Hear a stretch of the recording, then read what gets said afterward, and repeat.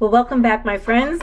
We are in our third and final video lesson for our chapter 12 on the alkanes, picking up with section 5, cycloalkanes, which I think will be very simplistic, very similar, I should say, to all the hard work we did with the straight chain alkanes. So cycloalkanes contain carbon atoms arranged in a ring. Now remember, their formula was that general formula of carbon NH2N, not with the +2 as a straight chain would, but just simply to attach the carbons at the end into a cyclic structure. So whatever the subscript on carbon is, you double it to find the number of hydrogens. In a cyclopropane, we have 3 carbons. You can see that the 3 carbons are bonded in a cyclic structure. To complete each quadrant, we would have 2 more hydrogens, giving C3H6. This is cyclobutane with 4 carbons attached in a cyclic structure. Each carbon needs 2 more bonds leading out to the hydrogens, C4H8. In a 5-membered ring, which actually ends up looking like a little house, doesn't it? We have 5 carbons, 1, 2, 3, 4, 5 carbons bonded in a cyclic structure. Each of those carbons would require 2 more hydrogens to complete the octet. Therefore, we have C5H10. And drawing a hexagon for cyclohexane, having 6 carbons in a cyclic structure. Knowing that each of those carbons requires 4 bonds, giving us 2 more hydrogens to satisfy the 4 bond requirement of carbon, C6H12. So you've drawn cyclopropane, cyclobutane, cyclopentane, and cyclohexane as follows. I want you to think about this, and although we draw these cycloalkanes as flat polygons on our paper, just as sometimes we're drawing these straight chains on our paper, they're really not planar. And if you get a hold of these molecular models in the lab and coming up in your lab, you'll look at how they pucker and really kind of create an up-down branching system, just as the straight chains did as well.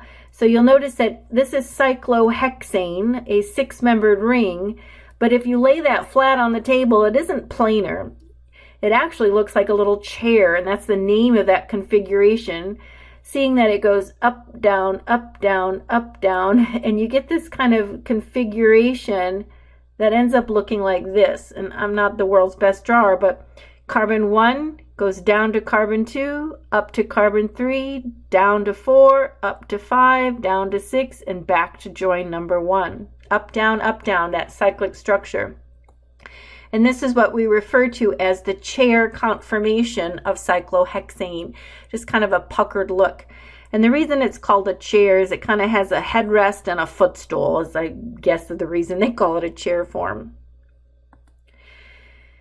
When we're naming cycloalkanes, we just simply put on the prefix cyclo into the parent chain of the ring. So that's really the only difference between straight chains and cyclic structures, is adding the prefix cyclo before the parent name. We have a prefix, what and where the substituents are. The cyclo telling me a ring is present.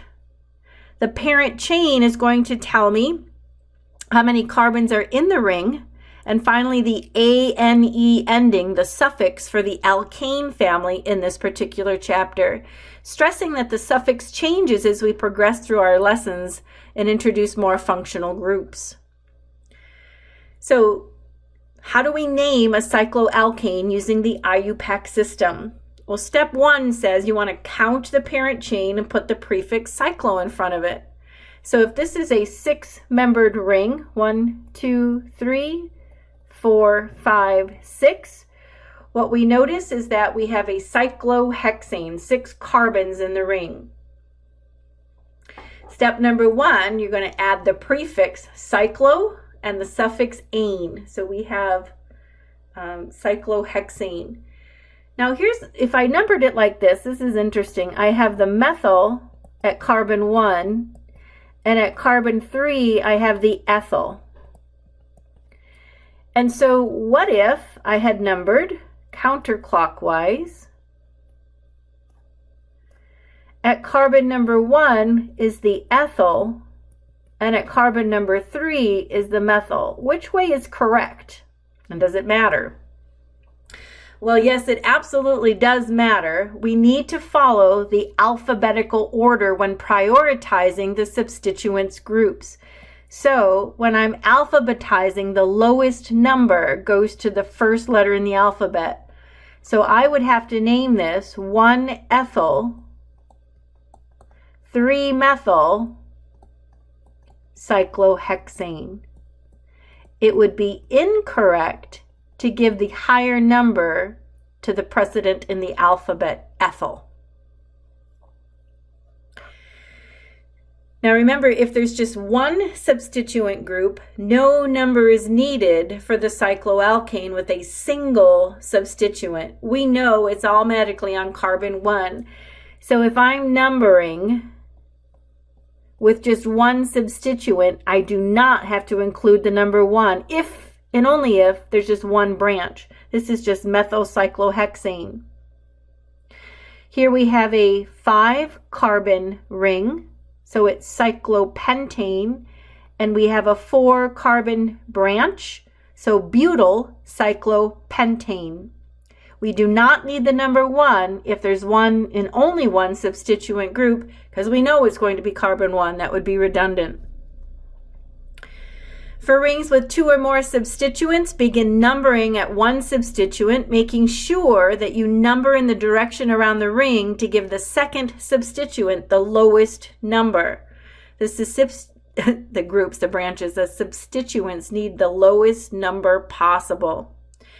And if we have 2 different substituents, make sure you number them so that the lowest number goes to the substituent alphabetically. So ethyl would get the lower number compared to a methyl, which would get the lower number when compared to a propyl. Butyl would get priority overall. I'm alphabetizing, and therefore when I start numbering around the ring, I want to make sure we follow that choice. Follow the alphabet when numbering. So for instance, here I have a cyclohexane, and at carbon 1 and 3, I have a methyl group. It would not make sense to number 1, 2, 3, 4, 5 and call that 1,5-dimethyl cyclohexane. If I number in the opposite direction, going clockwise, I would come up with 1, 3, and that's the correct order, the lowest numbers possible. If we're prioritizing based on the alphabet, at carbon number 1 would be the ethyl, and at carbon number 3 would be the methyl based on ordering. So it would be incorrect to number 1, 2, 3, incorrect to number counterclockwise. Let's practice. Practice makes permanent. Name the following structure.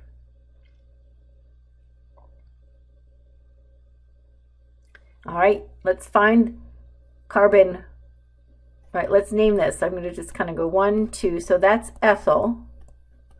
And this is 1, 2, 3. So this is propyl. And which is priority in the alphabet would be the ethyl. So I'm going to number these going counterclockwise, this direction. So what do we have? At carbon number 1, we have an ethyl group. At carbon number 2, we have a propyl. In a cyclic structure, 5 carbons big.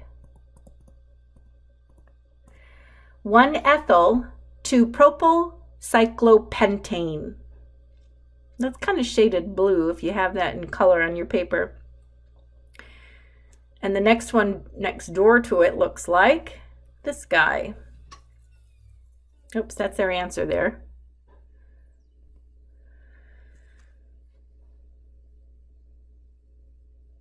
Well, let's see. I don't think I had that on there.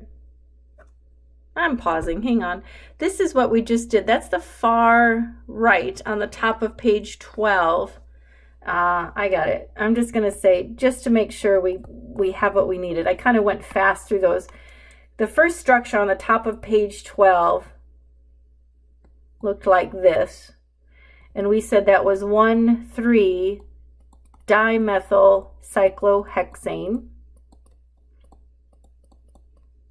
Just pausing to make sure you had a chance to make sure you corrected those.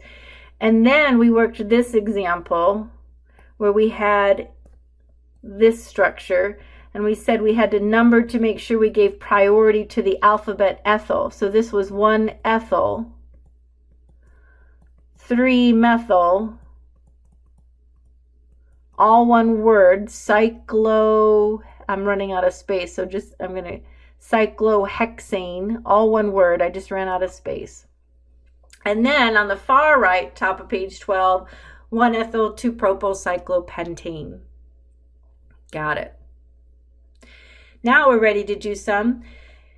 Give the IUPAC name for each compound. Pause the video, give these a whirl, try them out. You've got 2 examples to go through, naming and then drawing, and then we'll come back to check. Alrighty, 1, 2, 3, 4. We do not need a prefix because there's just one substituent branch. So this is a methyl cyclo, I can spell, cyclobutane. Here I have a 6-membered ring, so cyclohexane. I do have 2 branches and both will require a number, 1, 1 dimethyl. Even if both branches are on the same carbon, since there's more than one branch, I must give both a number.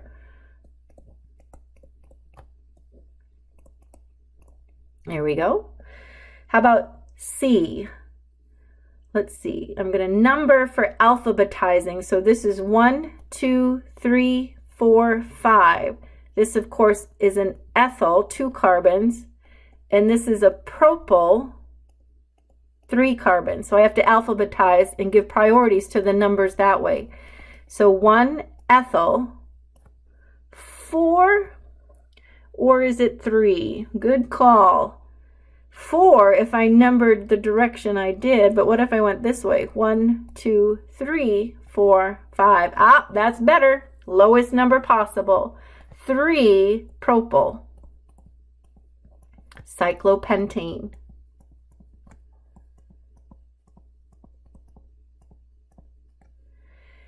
All right, here we go. Looks like position 1 and 4 going either direction of a cyclic structure. So I have 1 and 4.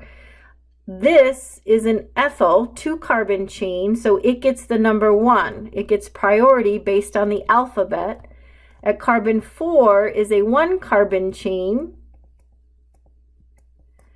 and it's a 6-membered ring, cyclohexane. There we did it. Let's check these together.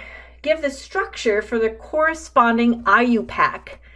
So I'm going to notice that, just kind of thinking cyclopentane, I like to go to the root word first and know how many carbons are going to be in my cyclic structure. So there's a 5-membered ring. And since I don't see any numbers, I know that there's just one branch and it happens to be 3 carbons long. I can place that branch on absolutely any of the carbons and that will automatically become carbon 1. So how about 1, 2, 3? There's a 3-carbon branch. How about B? 1,2-dimethyl cyclobutane. Cyclobutane is a 4-membered ring. At carbon 1, there is a methyl, and I can go left or right. They just have to be next to each other. And at carbon 2 is a second methyl group. Letter C. 1,1,2-trimethyl cyclopropane. Okay, so root word, cyclopropane, tells me I have a 3-membered ring. Looks like a triangle. There we go. At carbon 1, I'm just going to pick a carbon, doesn't matter. There's 2 methyl groups. And a carbon number 2 is a 3rd methyl group. What I'm trying to stress is that as you draw a triangle, I swear I can draw a triangle, I can place the 2 methyls and a 3rd just to let it's next door. Those are exactly the same structure. And letter D gives me a cyclohexane. So let me start by drawing a 6-membered ring. At carbon 4, let's just say,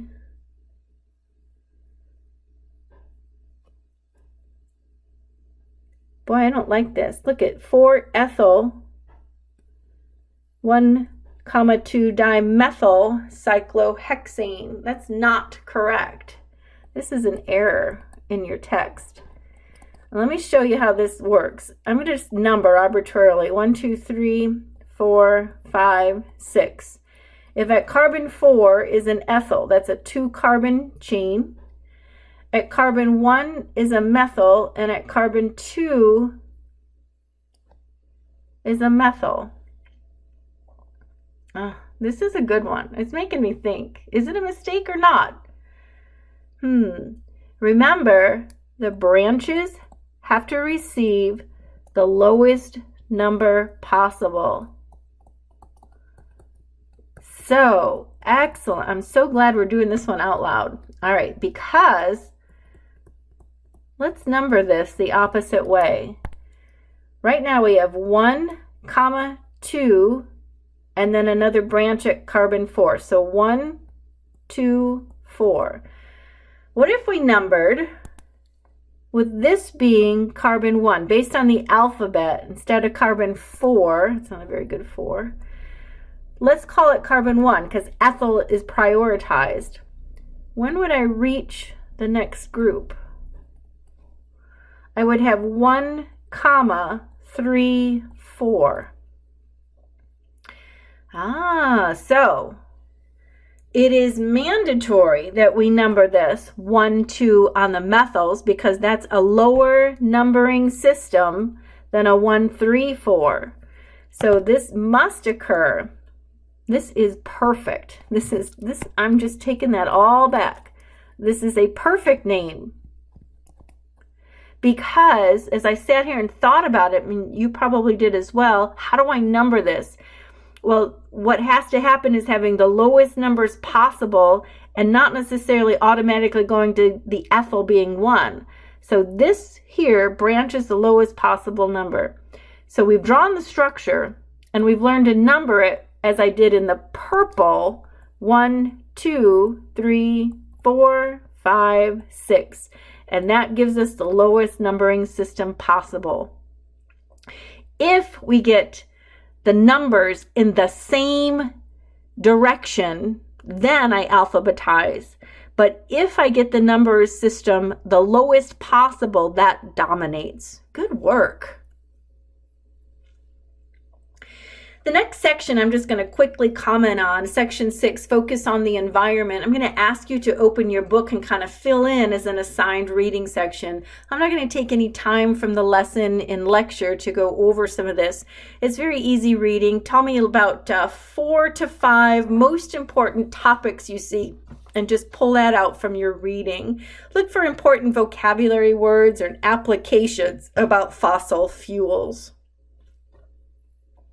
You'll look at some of the industry in terms of distillation of the fossil fuels as well. So I'm just going to let you know that that's assigned reading. And we're going to jump ahead then to 12.7 called physical properties. And again, this is kind of a shorter section as well, just filling in some blanks and looking at trends. Remember that these hydrocarbons are very boring molecules, that they only contain non-polar bonds. And therefore, the nonpolar bonds only exhibit the weakest of all, called London dispersion forces. And as we talked about in chapter 11, all of the intermolecular attractions, we said that these were very temporary induced poles that nonpolar molecules exhibit when they become in close contact. So Really, small alkanes, because of their low molar mass and weak intermolecular attractions, are always gases at room temperature. So, for example, methane is called natural gas.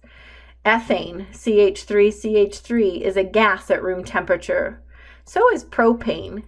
Notice that when you go get your propane tank filled for your for your gas grill, it comes out as a gas, and they actually weigh it when they fill the tank to know that it's full. Larger alkanes become liquids at room temperature. They get heavy enough to where their intermolecular attractions cause a little more stickiness.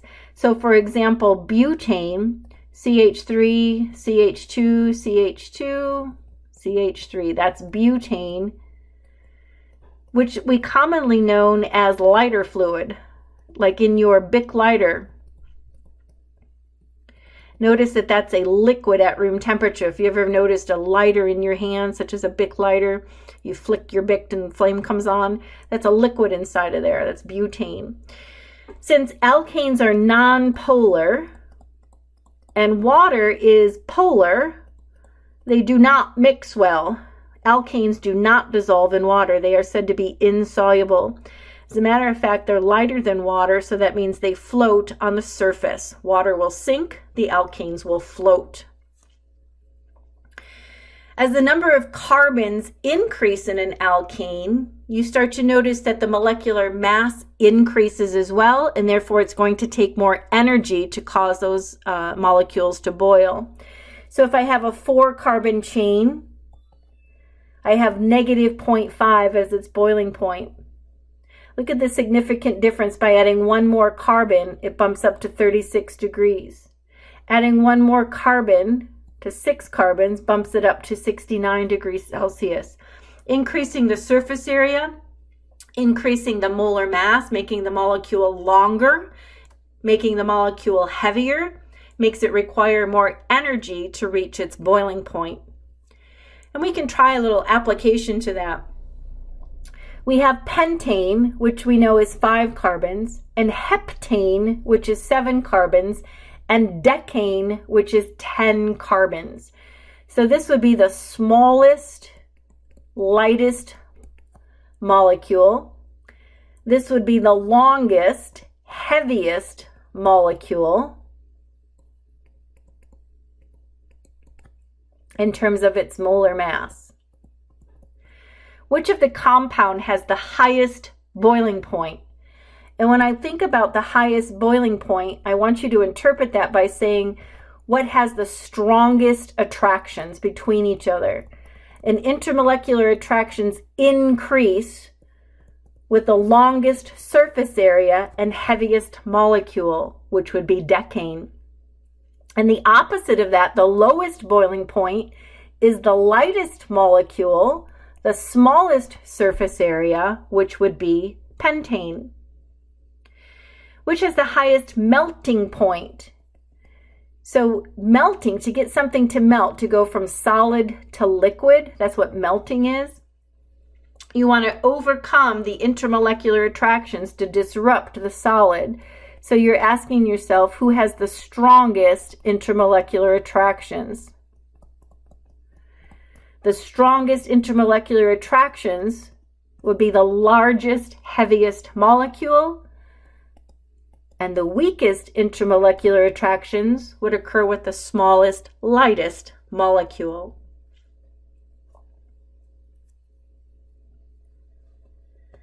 In our next section, we focus on a type of chemistry that alkanes can undergo, and it's called combustion. So remember, alkanes are kind of a boring family. They really have no functional groups on them, so they really don't have a lot of reactions to look at, and that's going to be, drastically different as we progress through our chapters and introduce functional groups. But the first family of alkanes, kind of boring.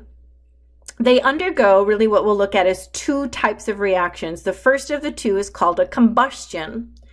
And since a combustion is a type of redox reaction, where oxidation state change. And I just say those words because they might sound familiar from chapter 5 in your first semester of chemistry, where we talked about oxidation and reduction, where we have a change in oxidation state. Combustion is one of those patterns. The pattern of combustion just really takes the alkane, I don't care if it's methane, ethane, propane, butane, whatever that hydrocarbon is, and it burns in the presence of oxygen. So you have any compound, C sub X, H sub Y, right? That's an alkane. And you burn it in oxygen, out comes carbon dioxide and water. It's such a predictable pattern. The products are always, always, always the same, regardless of the alkane you start with. So think of this as a fuel. The hydrocarbon is a type of fuel, and you ignite it to cause combustion. Like your car engine is a combustion engine, an internal combustion engine. And when it burns octane from gasoline, out of the tailpipe comes carbon dioxide and water vapor. Anything burning requires oxygen. So here are some examples. Methane, which is CH4, burns in oxygen to form carbon dioxide and water. And when I teach balancing equations, I remind us where coefficients go by placing the line in front of each of those reactants and products. I'm only allowed to place coefficients into balance equations. I'm not allowed to change subscripts or write a coefficient between elements, only out in front. And when I balance, I use a T-chart. I want to compare the elements on the left side of the arrow and on the right side of the arrow. And down here, I'm going to tally what elements we're keeping track of. We're keeping track of carbons, hydrogens, and oxygens. On the left side, I count 1 carbon, I count 4 hydrogens, and I count 2 oxygens.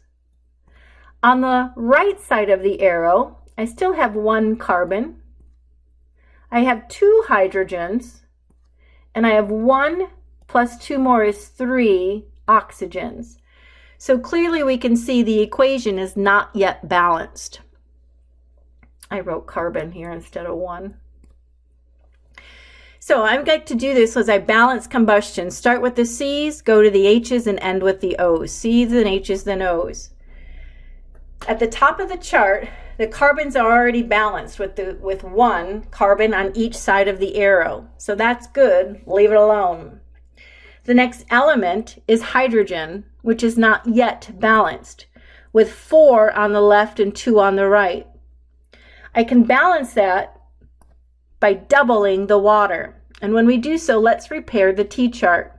Because this coefficient of 2 is distributed through the water molecule, there's 2 times 2, which means now there's 4 H's, and 2 oxygens plus 2 more oxygen gives me a total of 4. C's are good, H's are good. Let's repair the oxygens. With 4 on the right, I need a coefficient of 2 to go from 2 to a total of 4 on the left. So that coefficient 1 to 2 to 1 to 2 balances that equation. And we're all on different pages of how well we've learned to balance. I know that was a skill from from semester 1, so it might come back rather quickly, but I wanted to go through in detail how I balance using a T-chart. You might just be able to eyeball that and balance your equations quickly. But let's try some. I mean, this is the skill, is just writing balanced equation for a combustion reaction. So in the first example, it says propane. And friends, one of the things I like to do to make balancing easier is combine like elements. In other words, 1, 2, 3 propanes. I'm going to write that out as C3. And there's 1, 2, 3, 4, 5, 6, 7, 8 hydrogens. It's so much easier to balance when you combine like elements in the fuel, the hydrocarbon fuel called propane. The skeleton equation is automatic. We always add oxygen. Out comes carbon dioxide and water for this complete combustion. I'm going to put in my coefficient lines, and I'm going to tally how many carbons, hydrogens, and oxygens we have, C's, then H's, then O's, to balance my equation. On the left side, I see 3 carbons, 8 hydrogens, and 2 oxygens. On the right side, I see 1 carbon, 2 hydrogens, and a total of 3 oxygens, 2 from the carbon dioxide and 1 more in the water. Let's start at the T-chart and start repairing. So the first thing I'll do is add a 3 in front of the carbon dioxide and then take the time to repair the T-chart. I did that to balance the carbons. But now I've also affected the oxygens. So 3 times 2 is 6, plus 1 more from the water. We have 7 O's over there. Let's repair the hydrogens. There's 8 on the left. I'll need a coefficient of 4 to get 8 hydrogens on the right. But I've also affected the water. So let's repair the oxygens here. 3 times 2 is 6 oxygens in the CO2. 4 times 1 is 4 altogether from the water, giving me a total combined number of oxygens as 10. So now to repair the oxygens, what coefficient can we place in front of O2 to get a total of 10? And that's where we place the 5. 5 times 2 gives me a total of 10 oxygens. So to balance that equation, 1 unit of propane plus 5 moles of oxygen makes 3 moles of carbon dioxide and 4 moles of water. All right, it's coming back to you, isn't it? Letter B gives us butane. The fuel of lighter fluid, butane. Combine like elements so that you have an easier time balancing. Butane has a molecular formula, C4H10. Add oxygen, out comes carbon dioxide and water. I'm going to place the lines here to where I know coefficients will go, and I'm going to create a T-chart to help me balance the equation. Let's count how many we have on the left of each element. On the left side of the arrow, there's 4 carbons, 10 hydrogens, and 2 oxygens. On the right side of the arrow, I count only 1 carbon, 2 hydrogens, and a combined total of 3 oxygens coming from both sources, carbon dioxide and water. Start at the top of the T-chart and just work your way down. We'll need a 4 in front of the carbon dioxide and then repair the T-chart. 4 times 2 is 8, plus 1 more gives us 9 oxygens as well. All right, carbons are good. Let's move on to the hydrogens. I'll need 10 hydrogens on the right side. So I place a 5. 5 times 2 gives me 10 H's, but I've also affected the oxygens. 4 times 2 is 8, plus 5 more gives me 13 total oxygens. We run into a mess because I have an odd number of oxygens on the right-hand side, and I have an even number of oxygens on the left side of the arrow. And there's no number I can place here to make that turn into a 13, right? What can I multiply by 2 to make it an odd number, So here's the trick. No worries. I like this trick because it's very simple. When I run into an odd number, even number problem, just as I had a moment ago, everything we had just figured out, we're going to double.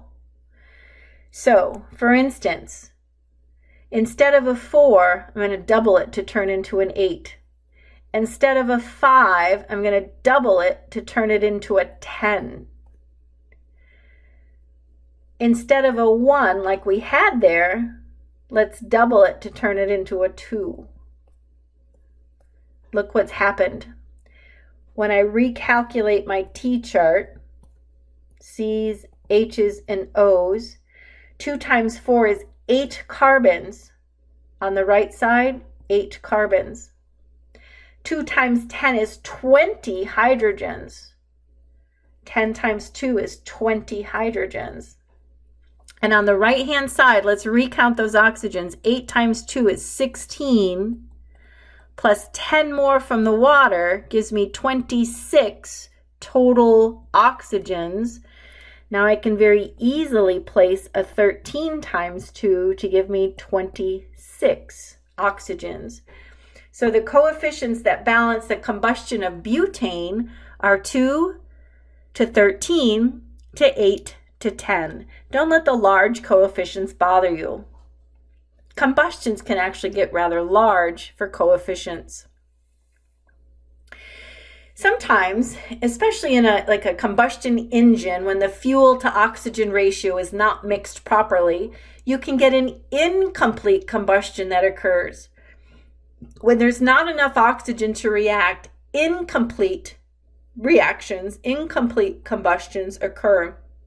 And instead of forming carbon dioxide, you form carbon monoxide.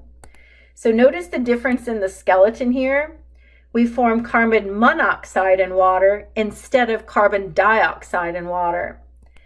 So let's emphasize, this is what's known as an incomplete combustion. And if you were to write out what we refer to as the complete combustion, the only difference is taking the fuel, adding oxygen, but instead of carbon monoxide, it completely combusts and goes all the way to carbon dioxide, H2O and CO2. And we balanced that equation just a moment ago in a previous example. So really the takeaway point here is reading carefully. Are you looking at a complete or incomplete combustion, knowing the differences in the product? Incomplete stops at carbon monoxide. A complete combustion goes all the way to carbon dioxide. And as an example, you saw the methane incompletely combusting, and you wrote out this example here.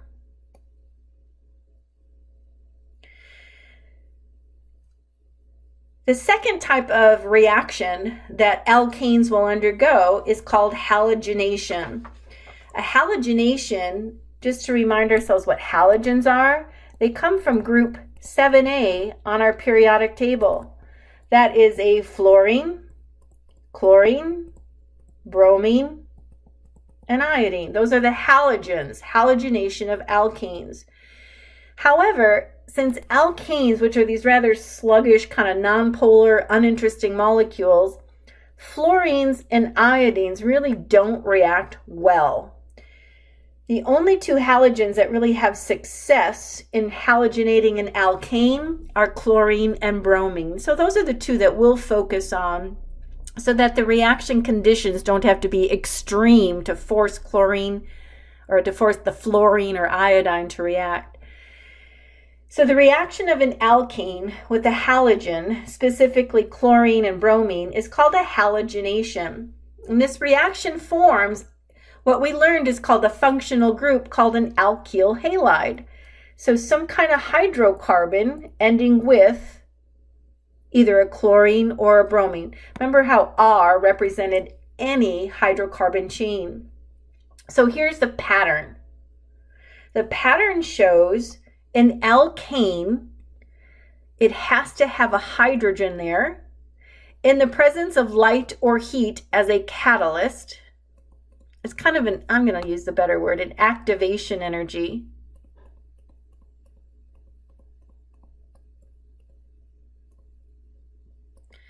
And double X here, X bonded to X, that's representing the diatomic molecule bromine, or it can represent the diatomic molecule chlorine. So it's just a general letter to represent any halogen. In this particular example, chlorines or bromines.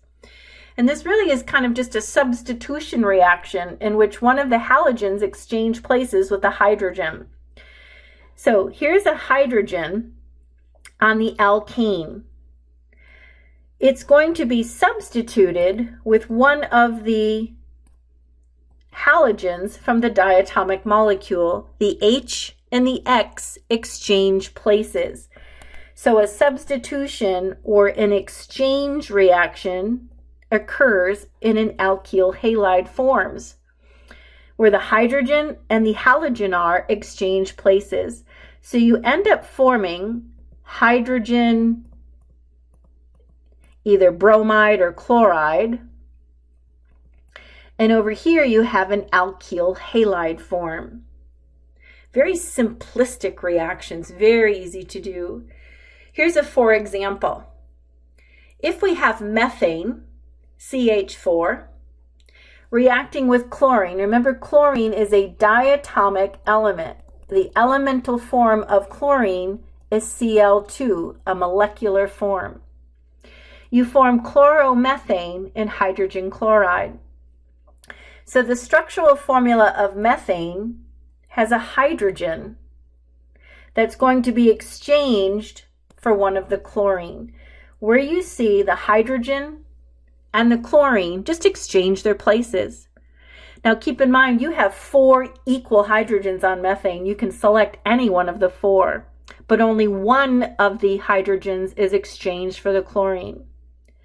So methane plus a molecular compound chlorine forms chloromethane and hydrogen chloride. Let's try a second example. Let's use ethane and molecular bromine to form bromoethane and hydrogen bromide. Ethane is a 2-carbon chain with 6 equivalent hydrogens. Any one of those 6 hydrogens is equivalent for this reaction. Any one of them can be used. So just to highlight, let me pick this one instead of the end. It doesn't matter. Any one of those 6 is equivalent hydrogens. They're all the same. And one of the bromines will exchange places. And I have formed ethane with now a bromine on it. We'll learn to call it bromoethane, and then hydrogen bromide. Very simple reactions to complete. So let's try some. I like ending on an easy note. Draw the products formed in each of the following halogenation reactions. Let's draw the product. So notice that I have a carbon in the center, and I have 3 hydrogens, no matter which direction I look. What I highlighted in yellow are called equivalent hydrogens. So I have really just choices of which hydrogen I'm going to select to add the bromine on. And remember, bromine is a diatomic molecule, so I am breaking that bond. And these carbons have bonds that are going to hydrogens, and one of those bonds is going to be broken as well. So I have to break a hydrogen bond, I break a bromine bond, and I reform and place the bromine on any one of these positions. Remember how I'm saying they're all equivalent? So let me just select up here. There's a bromine. Every other hydrogen remains intact. That's why I'm saying there's lots of choices here of where you want to select to put the bromine, because each of those hydrogens is equivalent, and of course the other product will be hydrogen bromide. You can place the selected hydrogen in any one of these places. They're all equivalent hydrogens. And you would create the exact same structure no matter where you selected to place it. Here's cyclopropane. Even though they're not drawn, we know that there's hydrogens there to complete the octet of each of those carbons. We're going to react that with chlorine in a halogenation reaction. I will have cyclopropane, and I can choose any one of the hydrogens because they are all equivalent hydrogens. I have 1, 2, 3, 4, 5, 6 equivalent hydrogens. So just select a spot. I'll put mine up here. There's where the chlorine will be. Of course, the other product will be HCl, hydrogen chloride. We don't have to draw those hydrogens in. We know they're there. There's 1, 2, 3, 4, 5 hydrogens yet in that cyclopropane structure. I mean, how easy is this, right? The reaction of butane with chlorine in the presence of light forms 2 different alkyl chlorides that have molecular formulas C4H9Cl. Draw the structures of both alkyl chlorides. So this secret lies in understanding that there's two different types of hydrogens in this compound. What I highlight in green are the same type of compound, the same type of carbon. What I highlight in yellow are the same type of carbon. We learned to call this a primary carbon, a carbon that's attached to just one other carbon. We learned to call these secondary carbons. So in other words, there are three equivalent, oops, I want a highlighter there. There's three equivalent hydrogens at the end, and there's two equivalent hydrogens in the center. So where can we add on the chlorine?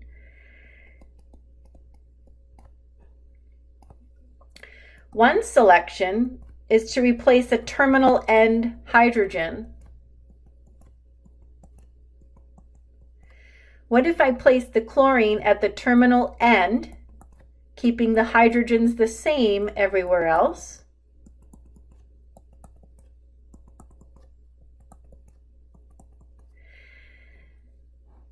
And then what if I put the chlorine, 1, 2, 3, 4,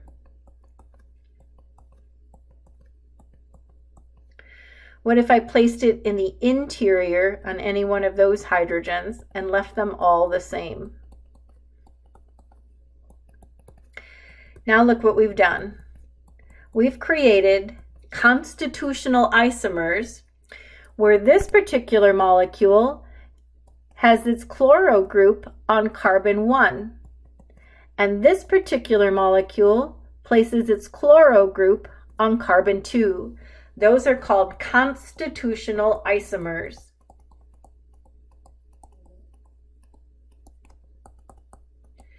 They connect their atoms in a different order, yet share the same molecular formula. And friends, it absolutely didn't matter if you added it at the front or the back. Remember, because if I added it over here, I would just count right to left. Good work.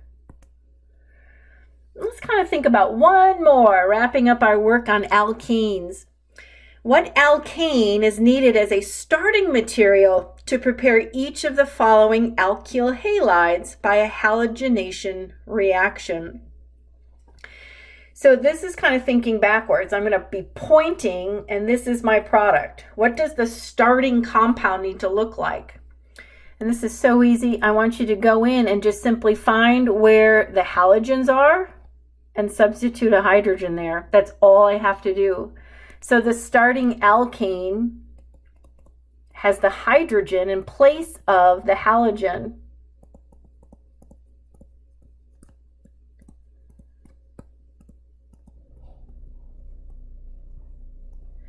So letter A, I would have a carbon to carbon to carbon, go up carbon. Just repeating what's there. And instead of having a bromine, I have a hydrogen there. Letter B, I have cyclopentane, but instead of leading out to a chlorine, I have a hydrogen there. So remember, I don't have to draw that hydrogen. I would just have cyclopentane. And cyclobutane with a methyl group, and then here instead of bromine you have a hydrogen. But again, I don't have to draw that hydrogen. I know it's there, so I can just draw the methyl group and be done. Those are the starting compounds that created the alkyl halides we have highlighted. Oh my gosh, we've done such good work. You've now completed your note pack. You want to finalize that. Make sure that you take pictures using your Cam Scanner app to convert to a single document. Upload to your Dropbox in our e-learning. You have homework to start and a quiz to prepare for. Super good work, everyone.